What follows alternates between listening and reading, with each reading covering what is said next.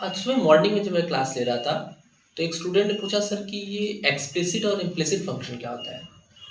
तो देखिए सपोज़ अगर आपके पास कोई फंक्शन है जो कि एक्स और वाई दोनों वेरिएबल में है और अगर वाई की वैल्यू एक्स के टर्म में है या एक्स की वैल्यू वाई के टर्म में है। एक एग्जांपल जैसे मैं लेता हूँ Y is equals to 3x + 5। तो यहाँ पे देखेंगे कि जो वाई है वो किसके टर्म में, वो एक्स के टर्म में है। या फिर एक और एग्जांपल ले सकते हैं आप, Y is equals to 2x² + 5x + 6। तो यहाँ पर भी वाई एक्स के टर्म में है। तो ऐसे फंक्शन को आप लोग कह सकते हैं एक्सप्लिसिट फंक्शन, जिसमें एक वेरिएबल किसी दूसरे वेरिएबल के टर्म में होता है। बट एक वैरायटी का और एग्जांपल होता है, जैसे कि x² + y² = 3xy।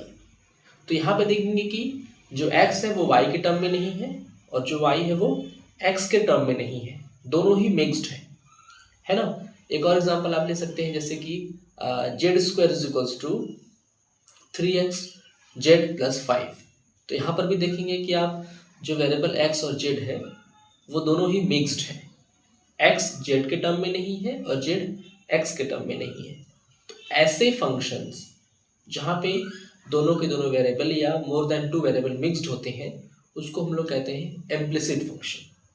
और ऐसे फंक्शन जिसमें एक वेरिएबल दूसरे वेरिएबल के टर्म में या दूसरा वेरिएबल पहले वेरिएबल के टर्म में हो, तो ऐसे फंक्शन को हम लोग कहते हैं implicit function, sorry explicit function. Thank you.